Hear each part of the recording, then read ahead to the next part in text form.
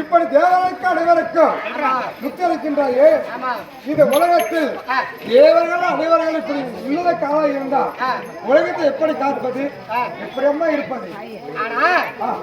உலகத்திலே சக்தி விட சிவன் தான் பெரியவன், ஆண்டவன் தான் பெரியவன். நாங்கள் எல்லாம் சிறிவர் என்று நீங்கள் நம்மதை கொண்டு எங்களை இழிவாக பேசினார்.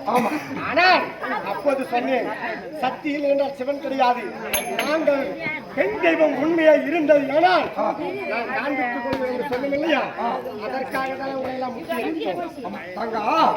அப்படி இருந்தாலும் தேவர் மீது இப்படி முத்து தரத்திருக்கின்றவா, தேவரை இவள் எல்லுக்கு ஆள இருக்கார்கள். இதை பூலோகத்தில் 4 பங்கா பிரித்து இருக்க வேண்டும். எப்படி தெரியுமா?